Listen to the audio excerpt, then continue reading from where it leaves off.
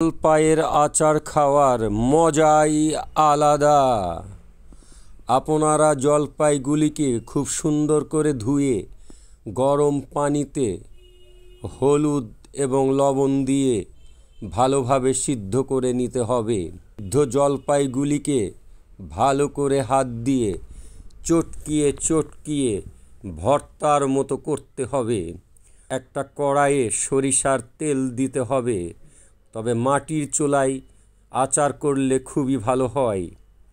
তারপরে কড়াইয়ে রসুন এবং যাবতীয় গরম মশলাগুলি সরিষার তেলে ভালো করে ভেজে নিতে হবে। তারপর মাখানো জলপাইগুলি কড়াইয়ে দিয়ে ভালো করে নাড়তে হবে এবং নাড়তে নাড়তে এক সময়ে শক্ত হয়ে আসবে। তখন পরিমাণ মতো চিনি ও গুড় দিতে পারবেন।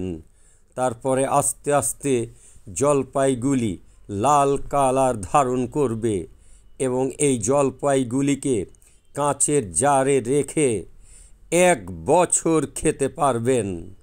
জলপাইয়ের খাওয়ার মজাই আলাদা।